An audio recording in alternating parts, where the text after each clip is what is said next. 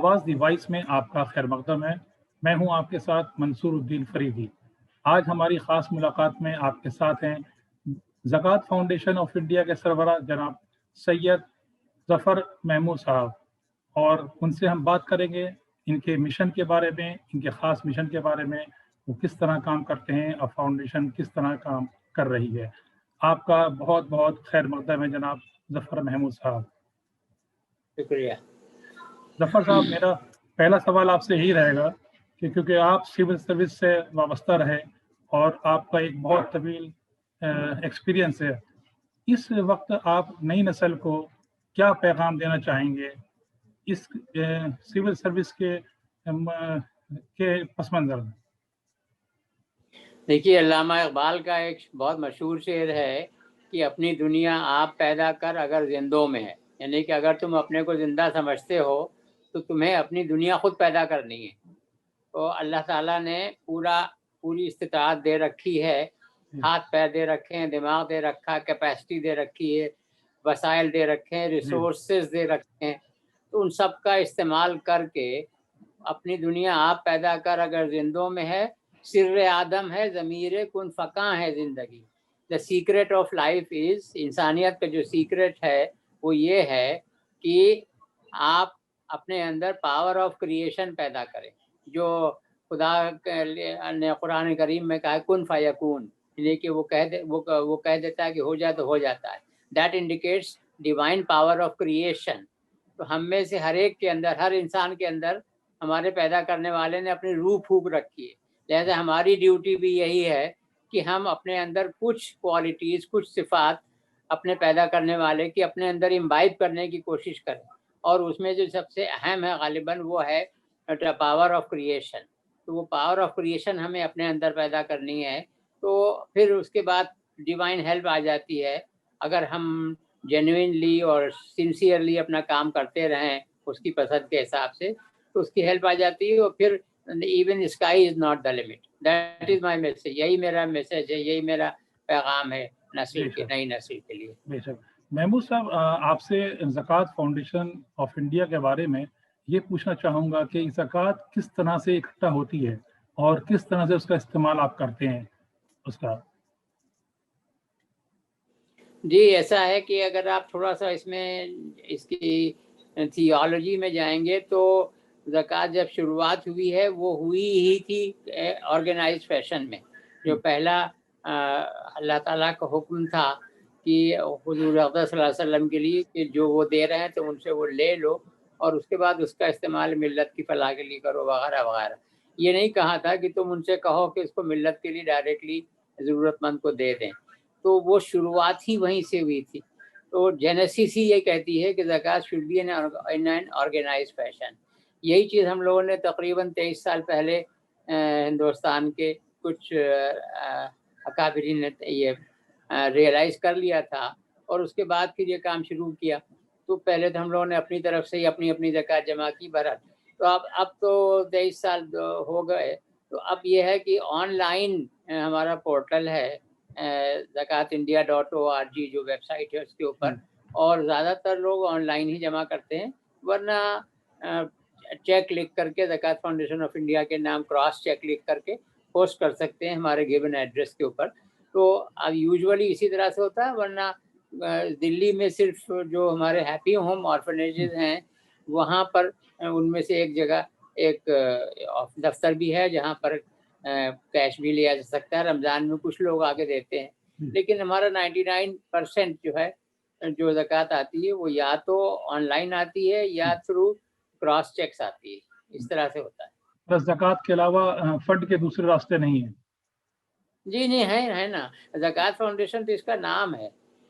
नाम इस वजह से है ताकि ज़कात भी आए, वरना सदक़ात का ज़्यादा हिस्सा होता है। जो हमारे यहाँ टोटल फंडिंग आती है उसमें आधे से ज़्यादा हिस्सा सदक़ात का होता है, नॉन ज़कात फंडिंग होती है। तो सब तरह की चैरिटी जो इस्लाम में एक्सेप्टेबल है वो हर चैरिटी हमारे यहाँ आती है। ईद किससे पहले फ़ितरा भी आता है।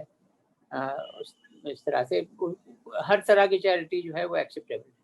महमूद साहब, मैं आपसे पूछना चाहता हूँ कि इस वक्त आपको क्या लगता है कि हमारे मुल्क में साहब हैसियत जो हैं मुसलमान, वो कितने तादाद में होंगे जो ज़कात देते होंगे?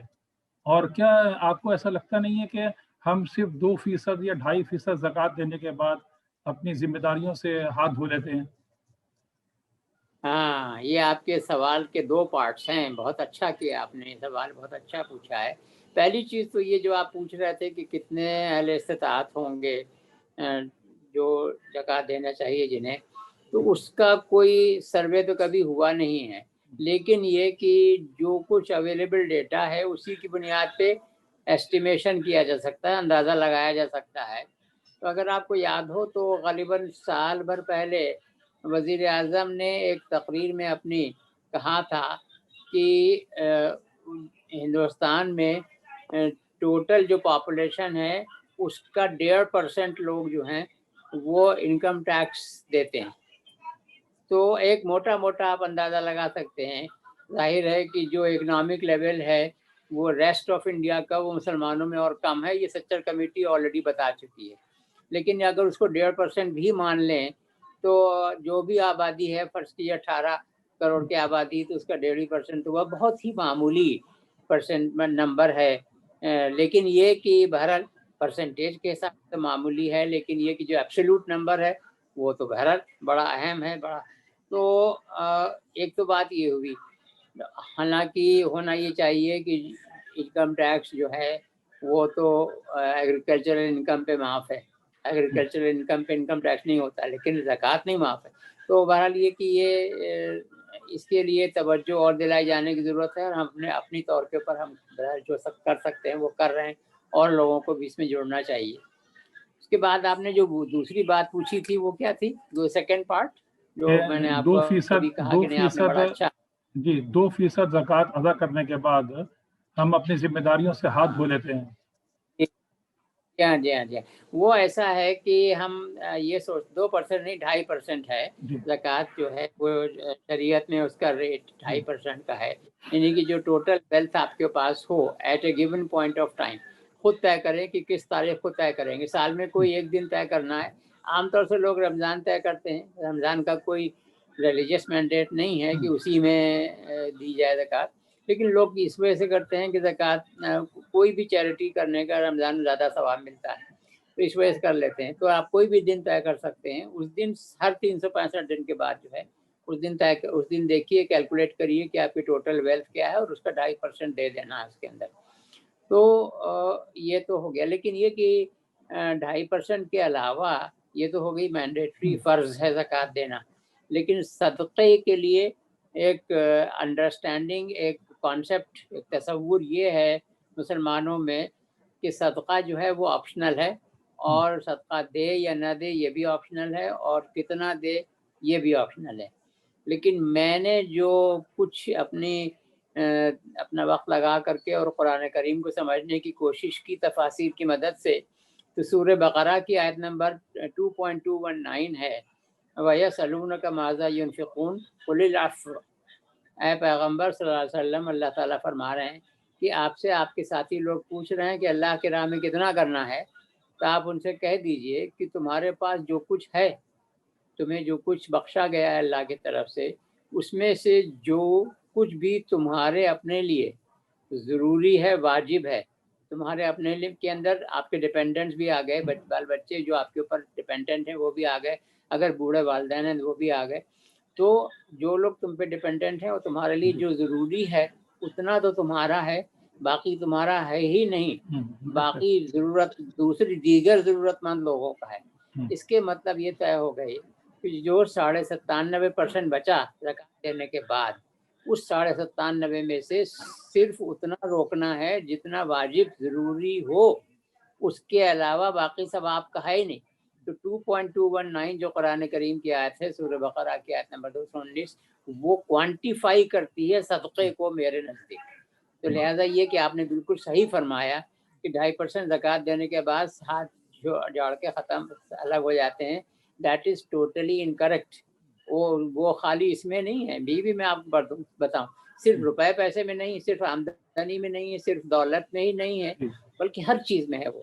आपके पास जो वक़्त है, आपके पास जो वसाइल हैं, आपके पास जो जज़्बे मोहब्बत है, زمین جائیداد، ہر چیز کا یہی ہے کہ جو بیسک ضرورت ہے آپ کی وہ روک کر کے، باقی آپ کا ہے ہی نہیں، وہ آپ کو دوسرے کے لیے خرچ کرنا ہے۔ مطلب ہم یہ کہہ سکتے ہیں کہ اگر ہماری کمیونٹی زیادہ فراخدلی دکھاتی ہے تو اس سے ہماری بہت سارے مسائل حل ہو سکتے ہیں۔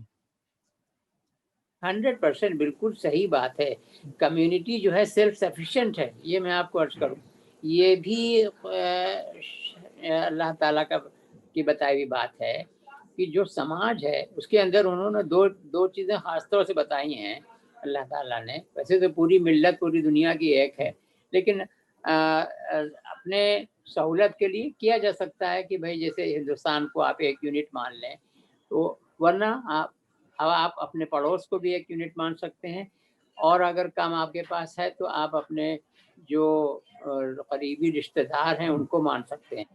قرآن کریم میں جو الفاظ استعمال ہوئے ہیں ایکسٹینڈڈ فیملی کے لیے، وہ ہے ذوی القربہ، ذوی الارحام۔ یہ جو ایکسٹینڈڈ فیملی ہے جس کے اندر جتنے لوگ بلڈ ریلیشن والے یا شادی کے ذریعے ریلیشن والے ہیں، وہ سارے میرے نزدیک ہر انسان کے تقریباً، جو گرون اپ آدمی ہے، ہر انسان کے تقریباً 75-80 لوگ بنتے ہیں ایکسٹینڈڈ فیملی میں رشتہ دار، جس کو ذوی القربہ کہا جا سکتا ہے۔ وہ جو ایک ذوی القربہ ہے وہ بھی انٹرنلی سیلف سفیشینٹ ہوتا ہے۔ یہ اللہ کا ڈیزائن ہے کہ وہ بھی انٹرنلی سیلف سفیشینٹ ہے، یعنی کہ اس میں ان 80 لوگوں میں سے کچھ لوگ جو ہے اونچائی پر ہیں، کچھ لوگ بالکل نیچائی پر ہیں۔ تو جو اونچائی پر لوگ ہیں ان کی یہ ڈیوٹی ہے کہ وہ نیچے والے لوگوں کو کم سے کم آدھی اونچائی پر لا کر کے وہاں ایوریج لیول پر لا کے رکھیں ہر اعتبار سے۔ تو یہ بالکل کلیئر مینڈیٹ ہے، آپ نے صحیح فرمایا۔ خالی زکوٰۃ دے دینے سے چھٹی نہیں مل جاتی، اللہ میاں کے یہاں نمبر جو ملتے ہیں وہ اس کے علاوہ ملتے ہیں۔ یہ میں آپ کو عرض کروں، آپ نے ایک بہت اچھا ایک پوائنٹ آپ نے چھیڑا ہے، وہ یہ ہے کہ ہم لوگ مسلمان لوگ یہ سمجھتے ہیں کہ نماز، روزہ، حج، زکوٰۃ، کلمہ، یہاں پہ اسلام ختم ہے، لیکن حقیقت یہ ہے کہ یہاں سے اسلام شروع ہے، ختم نہیں ہے۔ جو اصل امتحان ہے اللہ کے نزدیک، میری اور آپ کی نماز کی اہمیت اس سے طے ہوتی ہے کہ دو نمازوں کے بیچ میں کیا کرتا ہوں، اس کی خوشنودی کے کتنے کام کرتا ہوں۔ دو رمضانوں کے بیچ میں جو 11 مہینے ہیں اس میں کس طرح زندگی گزارتا ہوں، دوسرے انسانوں کے لیے کتنا میں یوزفل ہوں۔ اسی طرح سے دو حج تو خیر میں کہیں جا ہی نہیں سکتا، میں تو مانتا ہی ہوں کہ اللہ نے صرف ایک حج فرض کیا ہے، دوسرا حج فرض ہے ہی نہیں۔ اور وہ اگر پیسے ہیں انسان کے پاس دوسرا حج کرنے کے، تو وہ پیسے ضرورت مند کو دے دے، وہ حج جو ہے وہ اللہ تعالیٰ اس کو بہت خوش نہیں ہوتا۔ یہ جو کانسیپٹ ہے اس کو سمجھنا اور اس کے اوپر عمل کرنا بڑا ضروری ہے۔ اسی طرح سے 2.5% زکوٰۃ دینے کا جو کانسیپٹ ہے وہ یہ ہے کہ آپ کو ٹرین کرنا ہے۔ 2.5% سے آپ کو ٹرین کیا جا رہا ہے تاکہ باقی 97.5% میں آپ فراغلی دکھا کر کے اور انسان کی مدد کر سکے دوسرے انسان۔ کہیں نہ کہیں ہم دکھاوے کی طرف بڑھ رہے ہیں۔ یہ جو ٹرینڈ ہے کہ اگر ہم دوسرا حج کرنے جا رہے ہیں یا 3-4 عمرے کر چکے ہیں تو یہ ایک دکھاوے والا سسٹم شروع ہو گیا ہے۔ ضروری نہیں کہ دکھاوا ہو، یہ بھی ہو سکتا ہے کہ جو جا رہے ہیں کرنے کے لیے وہ سوچیں کہ بھائی انہوں نے چونکہ بہت قریب سے، بہت ہی گہرائی سے، تفاسیر کی مدد سے قرآن کریم میں جو پیغام اللہ کا ہے اس کو نہیں سمجھا ہے، تو لہذا شاید وہ اس غلط فہمی میں ہوں کہ ہم جتنے عمرے کر لیں گے اتنا ہی ہمیں ثواب ملے گا، لیکن ایسا ہے نہیں۔ اللہ کا پیغام ایسا نہیں ہے۔ یہ اللہ کا پیغام یہ ہے کہ جو آپ کے پاس ضرورت مند، فرض جو ہے عمرہ تو خیر فرض ہے ہی نہیں، اور لیکن یہ کہ حج فرض ہے وہ بھی صرف ایک دفعہ۔ اب اس کے علاوہ یہ کہ اگر ایک سے زیادہ دفعہ ہوتا تو اللہ میاں اس کا بھی انتظام کر دیتے کہ ہمارے حضور صلی اللہ علیہ وسلم بھی ایک سے زیادہ فرض حج کرتے، تو وہ ہر چیز کلیئر ہے۔